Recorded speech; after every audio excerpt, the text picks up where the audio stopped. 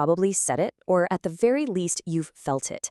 It's a statement that comes from a really good place. But in this explainer, we're going to dig in and unpack what might really be going on behind that simple, positive phrase. Okay, so let's get right into it. When we say we love the culture, what are we actually talking about? Are we talking about the deep-seated social norms, the political history, the complex family structures? Or could it be that we're responding to something else entirely?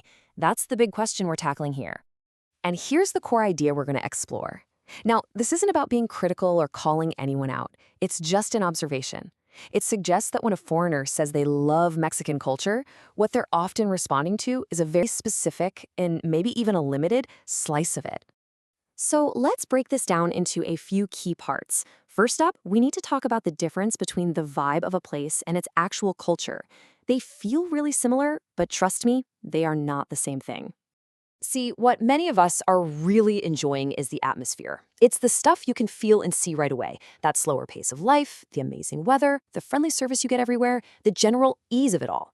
These things are absolutely real and they're wonderful, but they're really the surface level elements of daily life. And a huge reason for this comes down to access. Think about it. Without being fluent in Spanish, you're not really inside the culture. You're kind of moving alongside it. Language is what unlocks all the nuance, the humor, the inside jokes, the unspoken rules. If you're mostly hanging out in expat circles or only talking to people in service jobs, you're naturally going to have a more limited view. Which brings us to our next big question. Are we falling in love with the culture itself?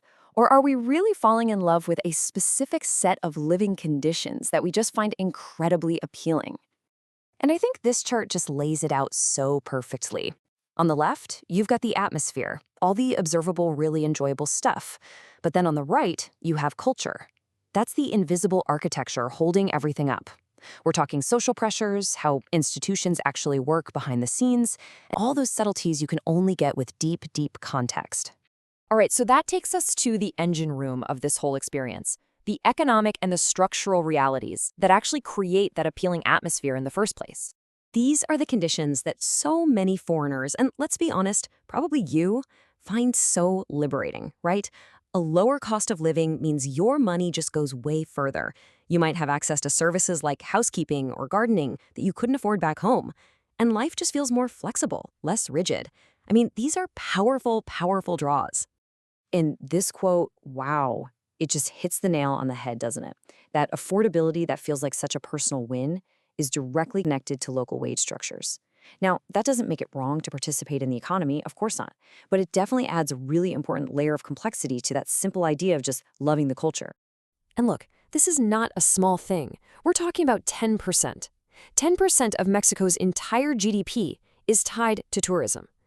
That means the country's economy has a deep, structural relationship with foreigners. So that appealing atmosphere we love, it's part of a system that has some built-in tensions, an economic reliance that can sometimes exist right alongside social friction. But here is a really crucial point. This isn't a system that foreigners just showed up and created. It was already here. In fact, Mexicans who have resources often navigate and benefit from these very same conditions. It's a key piece of nuance that helps us avoid unfairly singling anyone out. Okay, so this all leads to a really powerful way of thinking about this whole thing. It's the idea that nobody, not locals, not foreigners, nobody ever gets to experience the entirety of a country. The thing is, Mexican culture isn't this one single thing. It's a collection of so many different realities. The experience in a beach town's expat bubble is totally different from life in a rural village in Michoacan. And that's completely different from trying to navigate the formal, institutional Mexico of bureaucracy and legal stuff. Everybody is living in their own slice of the pie. And that idea of being selective? It isn't just a foreign thing. Not at all. Mexicans themselves choose which parts of their own country they live in and engage with. We all kind of curate our own reality, right? We all operate inside our own particular slice of the whole. So, where does all of this leave us? Let's try to pull all these threads together and figure out the big takeaway from this partial but often really profound experience. Well, first, we have to get our heads around the idea that integration isn't an on or off switch. It's not a yes or no. It's a whole spectrum. I mean, a family with kids in local schools is going to integrate in a totally different way than a retiree.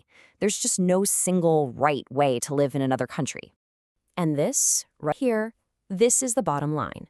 There is absolutely nothing wrong with enjoying the wonderful, incredible atmosphere that Mexico offers.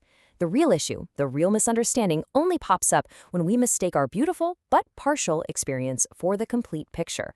So, I guess the question to leave you with is this: how can we hold on to that genuine love and appreciation for the slice we get to experience, while also staying curious and humble about the vast, complex reality that lies beyond it? Because that awareness, that might just be the most important takeaway of all.